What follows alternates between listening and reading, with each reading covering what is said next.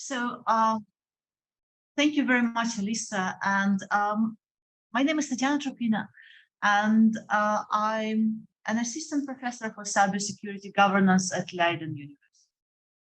And all of a sudden, I feel like instead of listening to Milton introductory remarks, which I was anticipating for this conference, I almost have the first word. And this first panel will discuss the reframing already mentioned by Elisa, from internet governance to digital politics. And of course, we cannot assume that this reframing per se is necessary or implied or is going to happen. And to discuss this issue, we have a very stellar panel. We have Milton Mueller, who is the organizer of this conference, and you all know him. If you don't know him, he's a professor at Georgia Tech and traveled from Atlanta to be here. We have Jan Aart Scholte, a professor at Leiden University, a colleague of mine who is joining us online. We cannot see him, but we are going to hear him at some point, I hope. We have Louise Hurel from London School of Economics, I believe, Department of Media and Communications. And we have Michel van Eeten from Technical University, Delft. And I would like to start this discussion because we are coming from the premise of Milton Mueller, from the suggestion of Milton Mueller, served as a general thread, as a general topic for this conference, reframing internet governance to digital political economy. And I want to ask you, Milton, what's wrong with internet governance?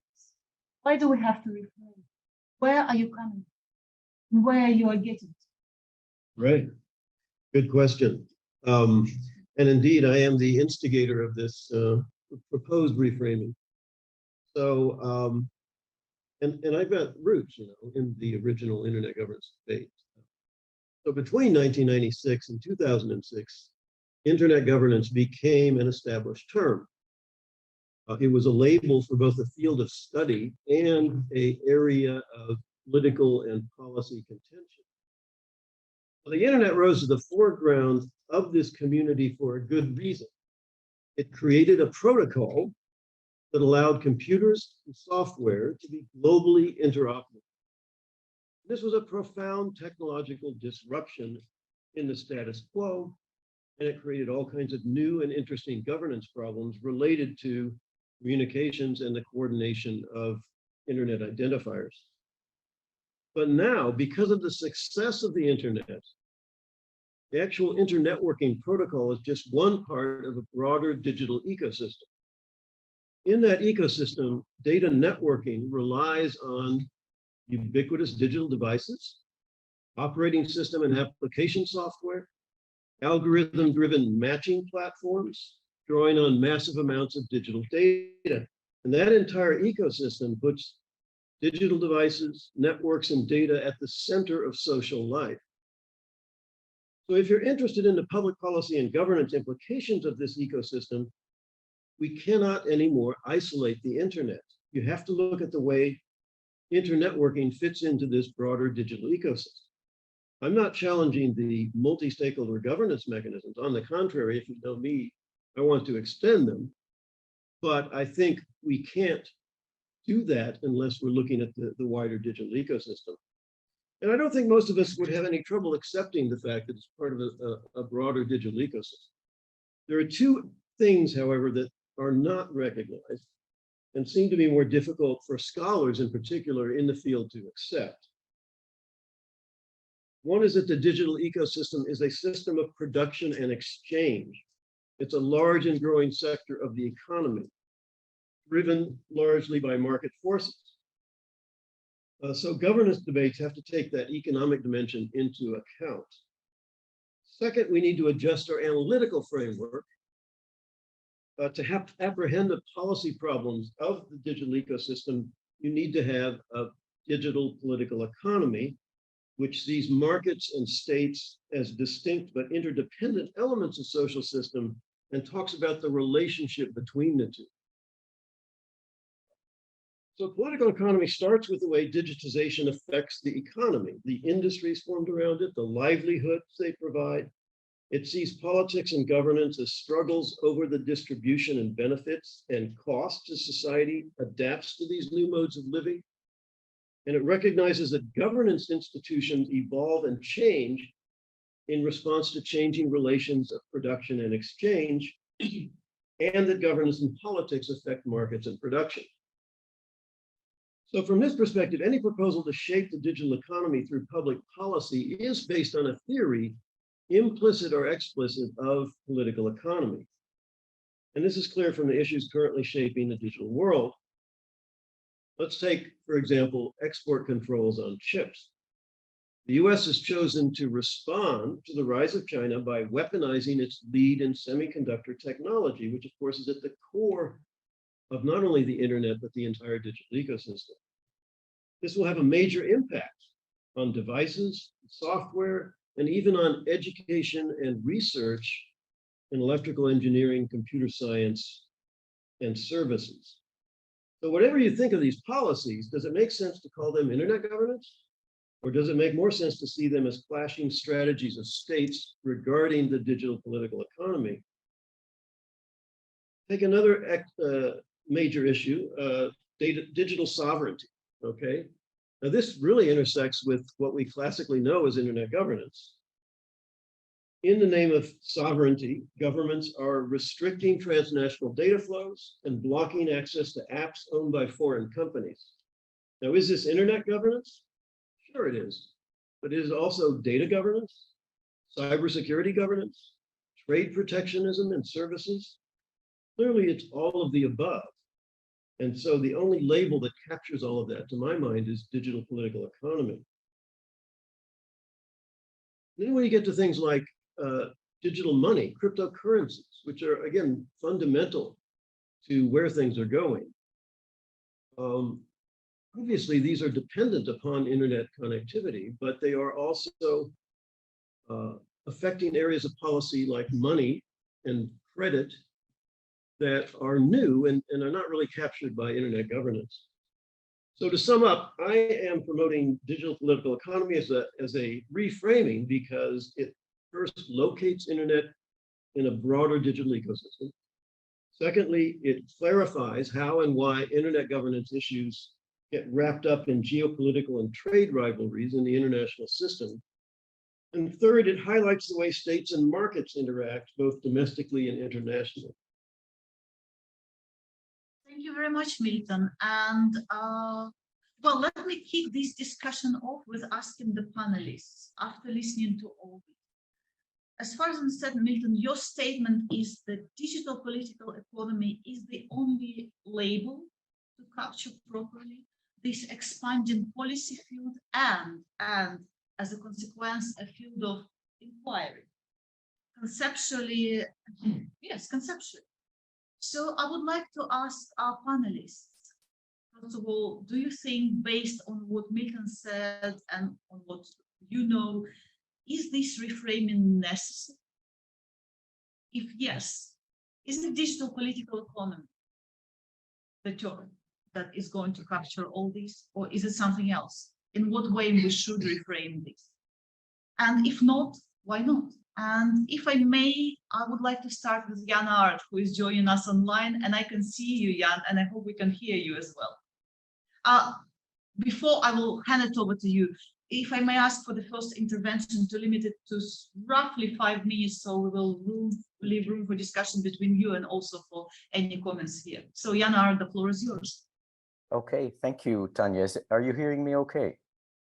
Yeah. Good, I hope those who do. Okay, great. Thank you so much. Again, apologies to everyone that I'm not on site. It's a little bit strange to be speaking from far away when normally I'm supposed to be around the corner, but that's the way the life goes these days. Very good and important provocation from Milton, and I totally agree that the subject of internet governance as studied generally at the moment is too narrow. So I'm going to go with that. I think I'm going to question whether we want to broaden the exercise substantively to cover many more issues besides the internet per se. But I am going to say, yes, absolutely, let's go for a wider array of approaches to analyzing the internet governance, though political economy is perhaps only one of the ways to go. So overall response to this provocation is to say, let's not expand the field substantively too much, but let's expand the field theoretically and in terms of the analysis that's undertaken.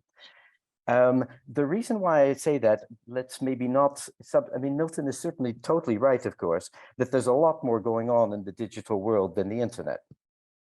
We have blockchain, we have the hardware, we have the robotics, we have AI, we have platforms, and there are many, many other things happening in the digital aspect of the contemporary society than the internet alone. Absolutely right. On the other hand, the internet per se is very important. The internet per se is connecting 5.5 billion people for an average of 6 hours and 49 minutes per day. That adds up to 1.4 billion years of human activity and human consciousness per year. That's a lot of stuff to be governing. And that's a really big subject in its own right. And it's crucially important. And we need people who specialize in internet governance. So I would be worried a little bit if those people who have rightly invested masses of efforts into understanding internet governance, if they would now suddenly go and spend a lot of time on AI and robotics and platforms and blockchain and all kinds of other stuff, where in fact we already have other specialists. We have people who are working in those areas and they're way ahead of us. And they are publishing books and articles and so on, and they don't actually necessarily need us, but those others don't know about the internet governance in the way that the people collected in this project and conference do. So let's not lose the particular value added that our community of researchers has. That would be my view really on that front. Of course, we should think about how the internet relates to the wider digital world. And so we shouldn't be so narrow that we think that the internet is all by itself. But that's different from switching the focus to those other topics. So that's on the substantive side. On the theoretical side, though, I do think that indeed internet governance, as it has been studied, has had a very strong, if you want to call it, institutionalist bias. In other words, it's been very focused on how the organizational structures and procedures work in internet governance. And that's fine and that's important. But then it's very much a focus on how do actors negotiate and find their way through the institutional apparatus that is internet governance. But internet governance is a lot more than institutional apparatuses. Internet governance is also a field of culture. It's also a field of political economy, as Milton has stressed. It's also a field of history. It's a field of geography. There's a lot more going on than simply the institutional processes. So by all means, yes, let's expand what we understand by governance. But I don't think we should expand ourselves too much beyond the internet focus per se. Political economy, absolutely, really, really important. Two thoughts there, though. One is that there is not just one political economy. There are many political economies. So to say that we go in the direction of political economy doesn't yet say, are we looking at a kind of power politics realist political economy, or are we looking more at liberal political economy, interaction of states and markets? Are we looking at a more Gramscian political economy, Marxist ideas about the capitalism and the commodification of the internet sphere? I mean, there are lots of different political economies that we might take through. So saying that we're going to do political economy is only one step in the direction. There are many more things that we could do. And then again, my concern is political economy. Economy is the noun. It can become materialist. It can become economistic. To the neglect of other dimensions such as geography, culture, ideational aspects, historical aspects, and so on. So again, absolutely, political economy, one of the ways to open things up, but not the only one. Thank you very much, Janar. So opening up the analysis or opening up the field of analysis, or reframing internet, or reframing governance, or reframing both of them. Louise, I would like to go next to you. Is this reframing necessary? If it is, in what sense? If no, why?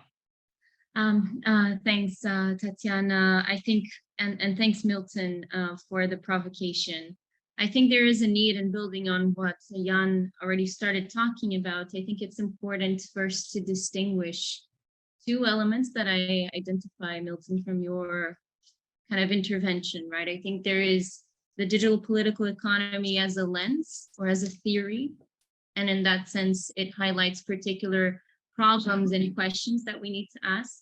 And there's also the other part, which is almost like a political project. Like it's a normative commitment to change the way we see and the way we see the governance, as Jan already said as well, of the internet beyond the governance of the internet, let's say. So there are these two dimensions, and I think it's important to distinguish them because there are risks in terms of each of them, right? If we're talking about the lens, when we talk about political economy, right? Jan mentioned that we're talking about multiple different ways of seeing, right? If you're looking at it through, let's say, a dependency or more Marxian perspective, we're looking at questions that are intimately linked to inequalities. We're looking and questioning what is the distribution of resources, right? And that is really important. That is quite important because for developing countries, for example, that is the core of what they're asking at the ITU, at the IGF, and different internet governance spaces. It's normally those kinds of questions that are somehow linked to this lens of what's the inequality over here in the room and how can we make this a little bit less, let's say, about the different power poles. So as a lens, this is not the only lens. And this, as I said, is only one fraction of what we could think about in terms of political economy.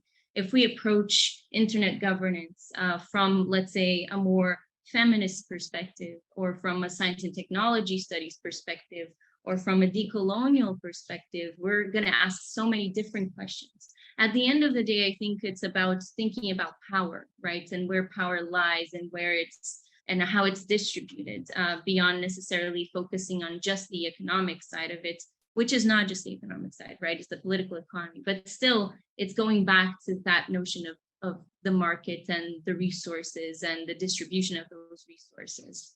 So if we're looking, for example, at a science and technology studies perspective and looking at the internet governance field, we might be looking at how technology is distributed across different regions, right? We might ask questions about how the design of technologies has political implications, or about how particular protocols have specific political implications if we think about the disputes, not only between countries, but also between the mundane negotiation, the people in the room, the engineers. So I think, these are the questions that, for example, a science and technology studies lens would bring. But it would also bring the question about the maintainers, those that are actually making the internet function, which you're not necessarily thinking about the political economy. That's in the background, for sure. So that is complementary, but you're losing some other dimensions if you restrict that to the political economy. You could always argue the market's always there, the interests, the resources are always there, of course, but the focus is being shifted. So if we're talking about a decolonial critique, we're talking about the historical roots of how, let's say, like data colonialism, which is a new emerging term, right? We're talking necessarily about how data has become this embedded in our lives, and it's a requirement for us to actually trade our data with these companies. And there's new historicities to how we think about the power distribution and the inequalities that we are subjected to just by being in an interconnected society. So the decolonial critique is also a way of investigating, where are these companies based and how are these propagating new ways of colonization, right? And I don't think, again, that's necessarily excluding the political economy, but it's bringing another element to it. And the other elements, I have so many other points, if we look from a feminist perspective, we can ask about apps and their implications to particularly gendering or targeting women. So that is a specific question that is not focusing necessarily on the political economy, though it's embedded in it, but it's still questions that are directed towards particular implications. And we do need that. And I think if we focus on the political economy as this kind of overarching thing, we lose the questions we can ask. And these questions are quite important in terms of asking things about power in our digital society, which we need to investigate. And the second element, as I said, there's the lens dimension to your proposition. And there's, let's say, the political project. We need to shift the way we see and how we build like internet governance, how do we frame this in a different way? So the first thing is like coming from a cybersecurity kind of perspective, right? I think the digital political economy element kind of, while it elucidates important things, in cybersecurity, like where are these companies like doing threat intel, where are they focusing? There's the bias of these companies in focusing on particular threat actors that are focused in like the main, let's say, big power players, and they're not necessarily producing data that's focusing on like countries in the global south. So that is an important element or lens to put on when you're thinking about, let's say, cybersecurity. But on the other hand, when we're looking at the broader field and the intersections, let's say, between cybersecurity governance and internet governance, I don't think that, the digital political economy lens, let's say, or the proposition, the political proposition, the normative commitment, it necessarily allows us to look at, let's say, like the United Nations group of governmental experts, like what does it add to that discussion? I think it actually restricts what we can say and what we can analyze in terms of these other negotiations that are happening, even though imbricating with internet governance, that they're happening in other spaces, right? But I think the digital political economy aspect kind of narrows it a bit in terms of what we can ask. And finally, I just want to leave with a question, which is that proposition, what are the potential consequences of proposing that institutionally, right? Because if we do say like, yes, let's do digital political economy, I think that's a good framing. Given the last couple of years, like the Internet Governance Forum, for example, struggling to keep its relevance amidst like these other spaces that are highly specialized, that intersect, but they're highly specialized. By focusing on the digital political economy aspect, would we be kind of like weakening a bit the identity of this community, and also weakening in a sense also, or what could be strengthened by returning to internet governance and saying, let's stick to that. Let's foster this community. Let's continue, because it's already consolidated in terms of a concept, right? Why shift then? Because that would have also, as a political project, political implications and risks, and maybe just open up that potential risk of like, will it strengthen the institutions right now, or would it actually weaken it? Thank you very much, Louise. And basically, before I go to Michel, I just want to say that I have not heard like hard no. I've heard that reframing is necessary, but very cautious attitude, especially from Louise. And if I may join your comments with Jan's comments, I already said that perhaps, Milton, you will have to address at the end after Michel the question: are we really broadening the field of inquiry? Or are we actually losing important dimensions? Is digital economy, political economy really all that encompassing? And before we go to that question, I'm sure that after Michel's intervention, we'll have more. So Michel, yes or no? If no, why? If yes, what are your concerns? Or phrasing of this? Thank you, Tatiana. Yes, is reframing necessary?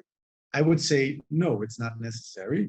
I should caveat that position by saying I don't consider myself really a part of that community. So I've participated in some of the events. I'm somewhat aware of the research that goes on in that field. And if I look at how that community is functioning, I would say there are certain benefits to sticking with the old framing, not the least the fact that that framing is institutionalized, right? We had an opening from a representative of the Dutch government that tells you kind of, what the advantages are of sticking with a framing that has been made part of the kind of institutional categories that governments work with. That's important. That means you are recognizable as a partner to discuss issues in that space. And, not to put too fine a point on it, it also has implications for funding. So these dimensions, I could see why some people would then choose to stick with the existing framing. You have carved out a niche together, and that seems to work. Now, of course, the main risk of doing that is that you're going to become irrelevant. at some point academically, because if I've always been struck by the total misnomer that internet governance is for this community. There is this Dutch expression, you're wearing pants that are too big for you. And that always struck me as fitting very well what was going on in the field of internet governance, because it was never internet governance to begin with. It was, if you're very generous, you could have said it was identifier governance, which is, of course, already a tiny fraction of what comprises the internet, even in 2006, So that never really made any sense to me. Yes, okay, so if you would think, okay, it's identifier governance, but it was really also not even governance. So even if you focus on the identifiers, at these events, people were talking about themes like, security, sovereignty, access, platforms. That's not identifiers, and those communities, including the governmental institutions that focus on internet governance, they have nothing to say in that space. So you had a name that was, like a pants size XXL, where it should have been a small. That would have been just fine. Then it would have been recognizable as identifier governance, and and then the governance has some plausibility. Not if you're talking about issues like security, etc. The fact that somebody discusses those themes at, let's say, an IGF event doesn't make it governance. Okay, that just means it's a conference, people are talking. So then the question is, are you improving this by reframing it as digital political economy? I think to some extent, yes, because at least there's a better fit between the theories that you can draw on and the actual processes that you want to study. Because in the existing field, what people have been studying mostly, as far as I can tell, are a handful of formal institutions. And for that you have, let's say, in IR and some fields, you have some nice approaches. They fit as long as your main point of interest is that formal institution, but not if it's the actual governance taking place, in the real world, where most of these institutions are marginal, if not irrelevant. So yes, I think in that sense, you give yourself a better theoretical basis if you move to political economy. I mean, the downside of that is you could argue this community is self-canceling itself, right? If you move into that space, I think that you touch on that also by what dimensions are you losing. So I see that. On the other hand, and this is not a very this is not based on a very deep understanding, but my intuition is that space currently doesn't really exist, this digital political economy space. It's a fragmented set of conversations in different disciplines. So that's it. If this community would say, we want to provide that space where all of this is brought together, then in a way that could be very powerful. Thank you very much, Michel. I like how you start with no, and then the no almost became yes, and then no. Also, it also brought me actually back to Alice's intervention and to this entire idea of evolution and use of internet governance. So I would say that would be interesting to hear from you all. Do you think that internet governance plans were always XXL on a very XS size person? But before we move there, Milton, I hope that you made some notes, because I did take some notes. And if in your response you will miss something, I will ask the question directly. But in a nutshell, do you have something to answer to all the panelists one by one, or in I think that all of them? to my mind, the most negative rejection of what I'm proposing came from Louise. And I think some of it was valid concern and some of it was not. Let me start with the thing that I think is not a serious argument, and that is this: you're losing all this decolonialism, and you're losing this perspective of developing countries and equality and all of that. Colonialism is fundamentally a political economy concept, and actually I'm becoming a little bit amazed at how the academic community, which is not steeped in political economy, sort of distorts and misuses this concept of digital colonialism in ways that I think lead nowhere. So, for example, if you want to know what colonialism looks like, I'd say take a look at what has happened to Hong Kong in the last 5 years, right? Where you have a government that is external to it, that has fundamentally taken over its internal institutions, completely suppressed the freedom of expression, speaks a different language. You know, you think they're all Chinese? No, they're Cantonese in Hong Kong, and there's people in the mainland who, you know, most of them do not understand Cantonese. And, you know, this idea of a power relation, of a country coming in and just dominating the local government of another country, that is colonialism, okay? It's not like, oh, Google is based in the US and I use their search engine, so I'm being colonial dominated. To me, it's like absurd. So if we want to talk about colonialism, about imperialism, better be talking political economy, better have an understanding of the theory of the state, how states expand their power or contract their power, how economic relationships are contributing to or undermining that power. I think the most important argument that Louise made, and Michel really picked up on it, is this idea of weakening the identity of the community. So it's true, there has been, I mean, you don't need to tell me this because we are the Internet Governance Project, right? We have internetgovernance.org as our domain name. You know, we have established kind of an identity of studying and talking about internet governance. But I just can't get around the fact that this change, to my mind, is necessary, that we're not really fundamentally talking about internet governance per se. We are talking about this digital ecosystem and the political economy of it. I do think Michel overstates how big the pants were and how small traditional internet governance issues were, that the identifiers were about things like global compatibility. They were about, you know, who gets a country code, you know, so sovereignty issues really are implicit there. They're about sort of national governments losing control over something that, and a global multi-stakeholder community taking those things up.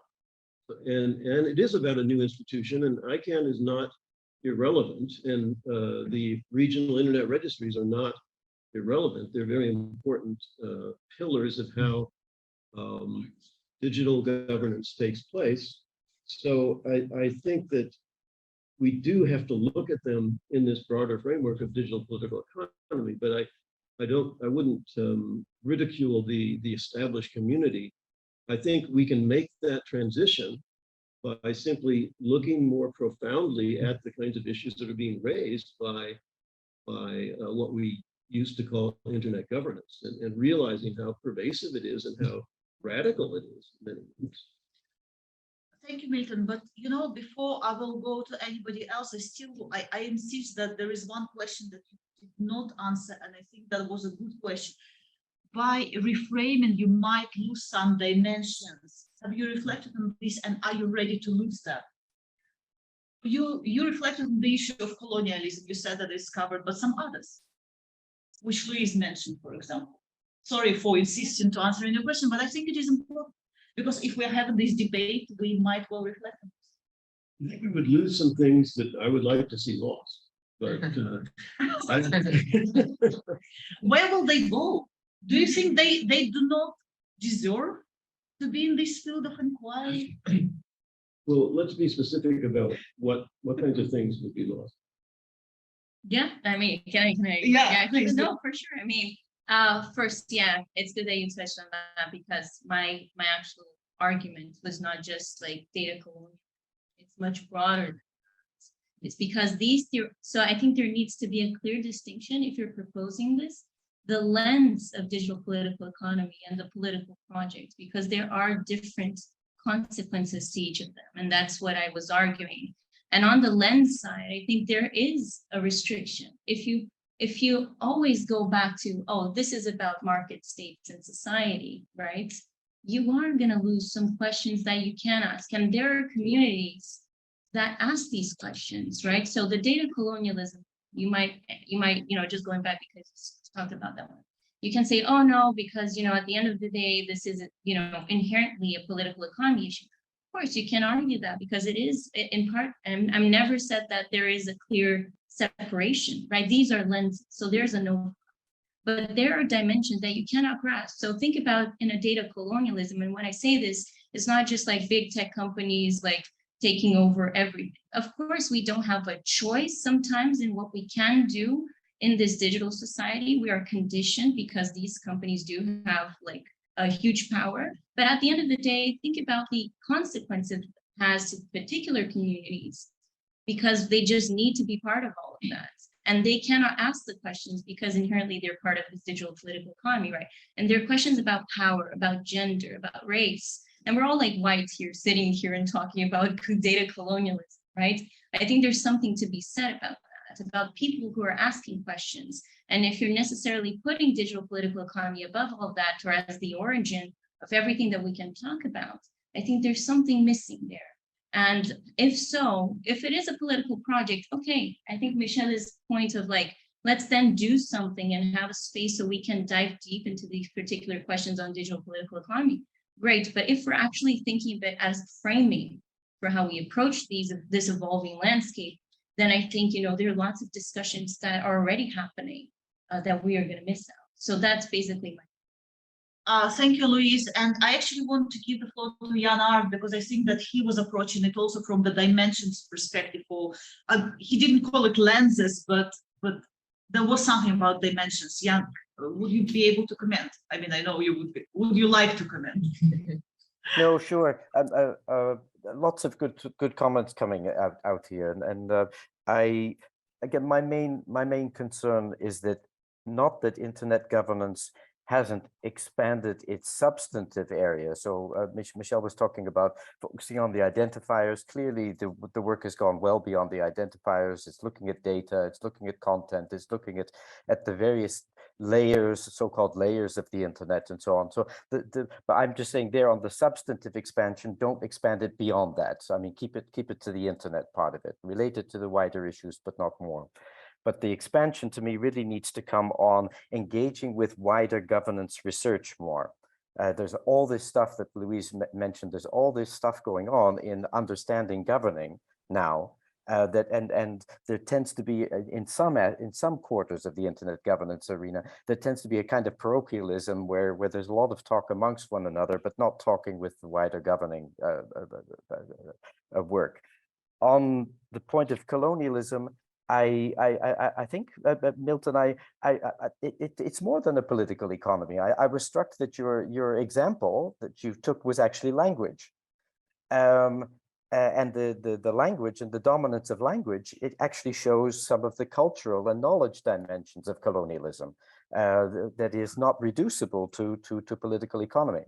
And in general, colonialism is also about law. It's also about accounts of history, who's left in and left out of history, and what kind of accounts of history are made. It's about statistics and how data is formed and the like. It's about general knowledge forms, what counts as knowledge, what counts as science, what counts as truth. And there are hierarchies of knowledge, hierarchies of culture, hierarchies of language, and all of these are extremely important and are not reducible to capitalism or are not reducible to state market relations. They are involved with them. They are partly shaped by those material conditions, but they're not reducible to them. And that's where I think political economy can become overly narrow. Want me to repeat? Yes, I will let you respond. Okay, so yeah, I just don't think that Louise and Jan are correct that you miss these things by focusing on political economy. And it's not like I'm saying nobody should do anything else, right? So if you want to be an STS person and study, sort of social constructions of technology in a cultural sense, fine, that's fine. But that's probably not going to lead you into contemporary policy debates of existing institutions as they make decisions. That's going to be somewhat more detached academic research that maybe illuminates things, but is not directly and immediately relevant policy.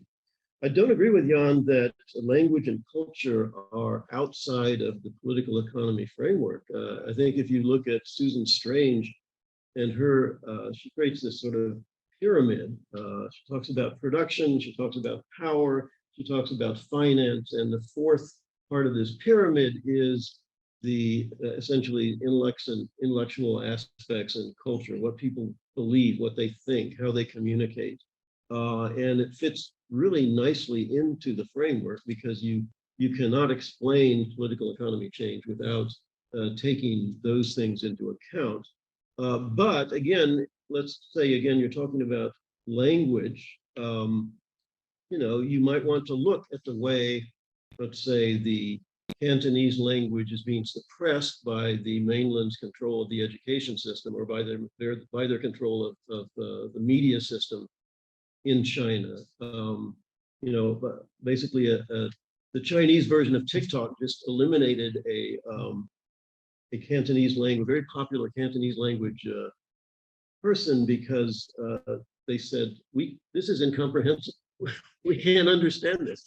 So certainly culture and language are part and can be put into a political economy framework.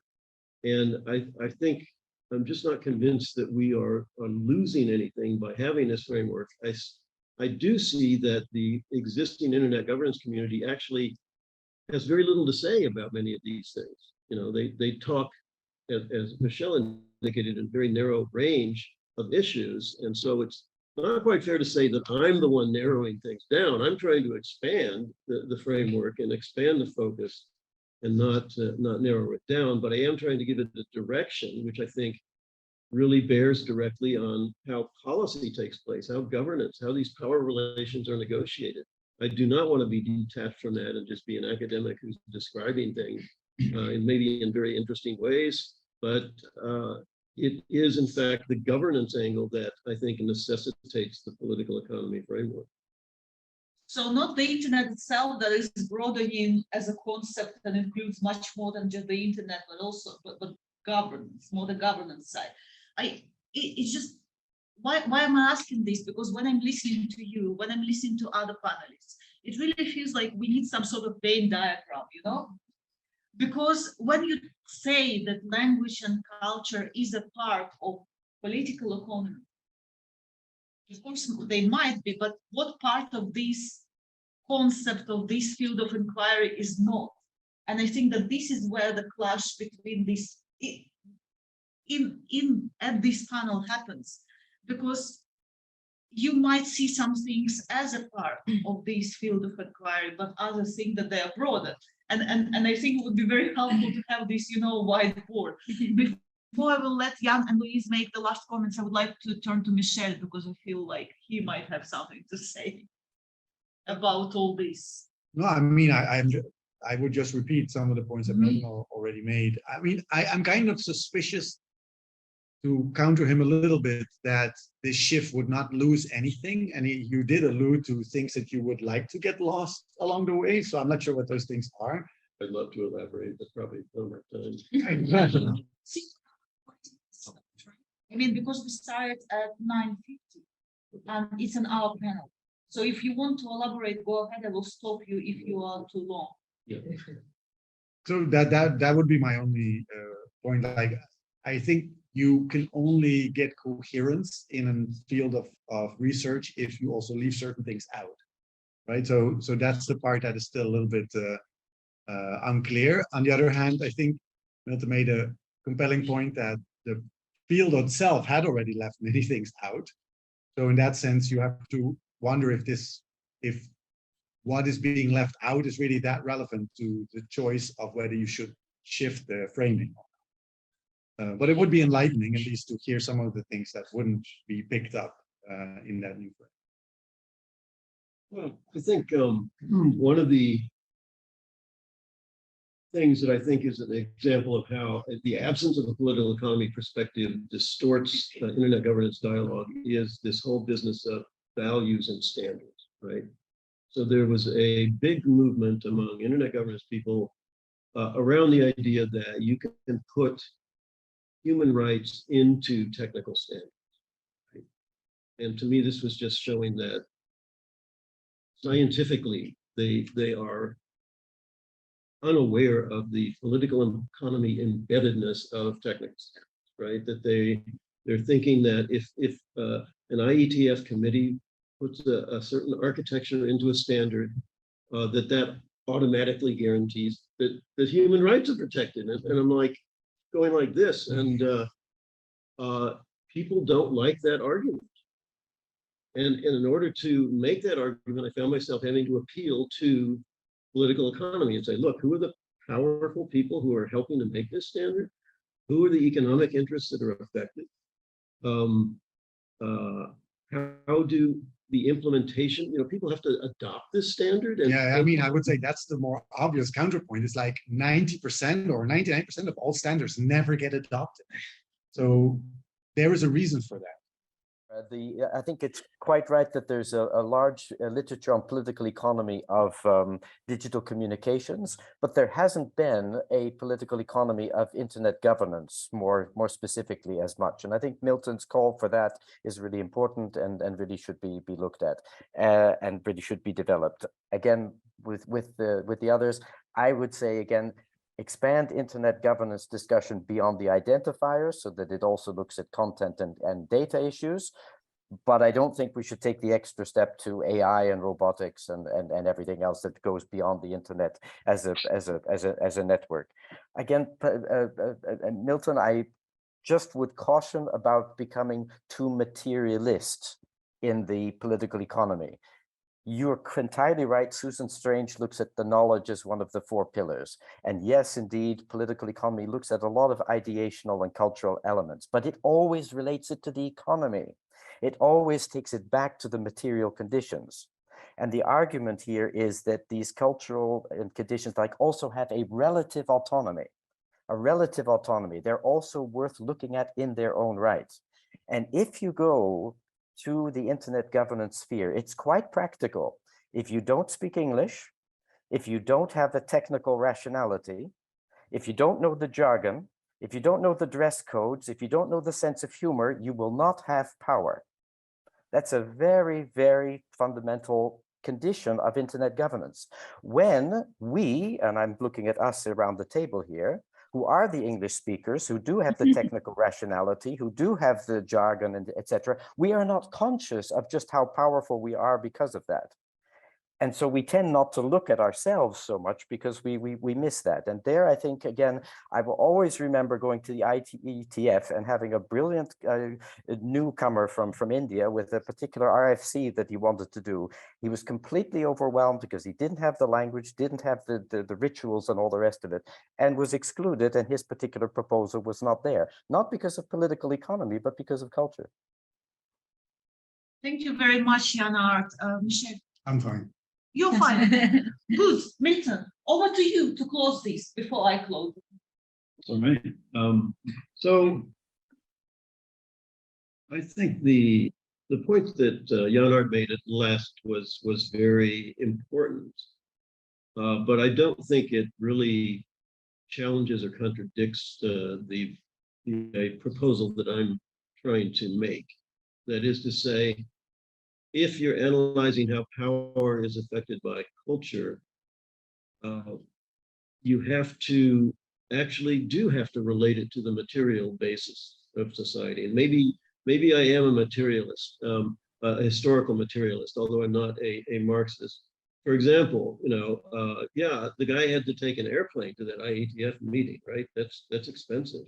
And the reason that you all have to speak English and know this sort of jokes and culture of the IETF and the ICANN crowd is because of the historical process through which the internet developed, right? It started in the US among computer scientists. And and they inherited these positions of management and control over critical internet resources precisely because they were the ones who developed it. And they developed it in part because the US government funded that kind of research and supported them. And then an industry developed around it. So that became a self-reinforcing cycle through which the industry developed. And I think too much of the critiques of that from a non-political economy perspective sort of unrealistically assume that we can just sort of somehow change our minds and eliminate that process and sort of suddenly make everybody equal. That's just, to me, that shows a complete detachment from the realities of governance and society. So I think political economy actually reinforces our awareness of those kinds of issues if we do it right and doesn't obscure them. I do want to address one other thing that that Louise said about what happens to critical internet resources, right? Am I ignoring that? Which is a very strange concept to me. But that there is a kind of a consequence to what you're proposing, and it's a very real. Yeah, and that's the question I basically asked as well.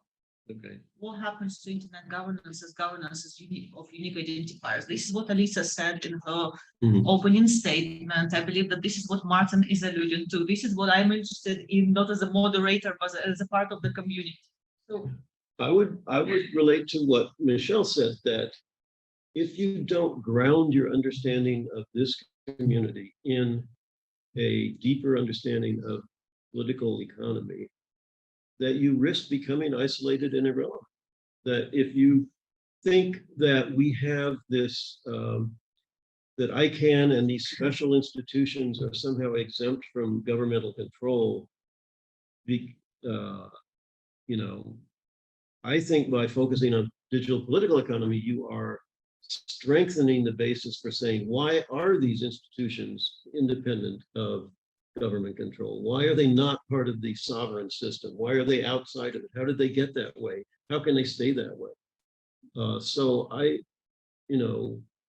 really believe that I'm pushing in that direction with this initiative and not away from it. I think, just to close this panel, I think that sometimes we are still crossing each other or talking past each other in all this, because sometimes it feels that like we are talking about terminology or lens and you're talking about the concept and so on and so forth. But thank you very much to everybody who is listening online. Thanks to Aart, who is joining online at this ungodly hour. And thanks to our panelists. And I think that there is a lot of food for thought. So there is a break, right? Yeah. So I hope that there will be some discussions about all this. Thank